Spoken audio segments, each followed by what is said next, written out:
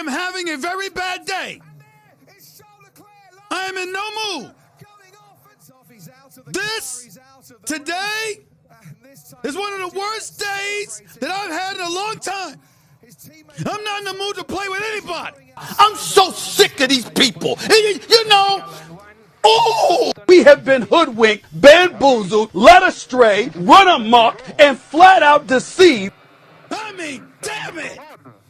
It never, ever, ever goes our way. Oh, no, this can't be happening. No. Yeah, it's been a rough start for this guy in 2023.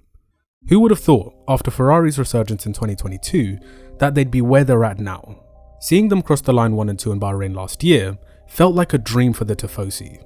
I myself was excited to see one of my favourite drivers battle for the title, Charles Leclerc, the star boy of the Scuderia, the man who brought back hope to all Ferrari fans across the globe when he secured their first win in Monza since Fernando Alonso in 2010. But like the Spaniard and his later teammate Sebastian Vettel, Charles faces that same pressure to bring a championship home back to Maranello. And based on what their experiences were like, it's damn near impossible to do that without the right supporting cast. The last time Ferrari won any form of championship was in 2007. That year, McLaren were disqualified from the Constructors' Championship as a result of Spygate, and the internal war between their two drivers resulted in them ultimately losing out to the flying Finn, Kimi Räikkönen. But what most Scuderia fans are craving is a return to the glory days of the formidable Michael Schumacher, the dream team assembled to conquer Formula 1 in Jean Todt, Ross Brawn and Rory Byrne. It was a perfect storm of a steady hand at the helm for leadership and technical geniuses for engineers that led them to 5 double world championships on the trot. Schumacher and Ferrari are synonymous with Formula 1 royalty. For most at the time, however, it was pretty boring to watch, and it took the FIA banning mid-race tyre changes in 2005 to put a stop to their long run of dominance. But the formula they had was a winning one, and their efforts in attempting to replicate that in recent history have been pretty futile. I want you to pause and think for a second about just how much talent this team have had behind the wheel of their cars over the years. Vettel, a 4-time world champion and 2 cars capable of delivering a title. Alonso, an extremely versatile and skilled individual with a profound ability to extract performance out of cars that have little business fighting at the front. Again, 2 lost chances to a team with more efficient operation by the slimmest of margins. Honestly, Räikkönen winning in 07 was pretty left field. Most didn't see it coming. But for a driver of his caliber, it would have been wrong for him to end his career without a championship. The man had scorching pace over a single lap, but lacked the consistency and discipline compared to other greats of his time. And to an extent, I see similar traits in Leclerc. His 1-lap pace, otherworldly. I can't count the number of times I've seen this man drop a qualifying masterclass against some of the best drivers on the grid. Moments like Singapore 2019, Baku 2021, and Spain 2022 are a few that come to mind. I also have no doubt he has the mindset to become a world champion. This is an area in which he supersedes the Iceman, as most of the time he just didn't give a toss. It was a limiting factor in his career that I don't believe to be the same for the Monegasque. Some might say it's his racecraft which is holding him back, which I don't think it's as big a deal as people make it out to be. In terms of leading from the front, last year's Australian Grand Prix was a prime example of that. His pace management on that day was supreme, consistently clocking times of between 3 to 6 tenths a lap faster than Verstappen on average before the Dutchman retired. In Austria, he proved to be extremely composed under the pressure of technical difficulties in the latter stages of the race to take his 3rd victory of the season. And in wheel-to-wheel combat, few can take it to Max and actually beat him, but Leclerc is definitely one of those guys. Now, if you want to talk about consistency, cool. He does every so often tend to have lapses in judgment, but who doesn't? On the whole, he's one of the most complete drivers on the grid. The incident at the start with Stroll in Australia was more a case of tough luck than driver error. He was running a perfect race in Bahrain before his ECU failed. And as it was the second of those components he'd take that weekend, it meant a 10-place grid drop for Jeddah.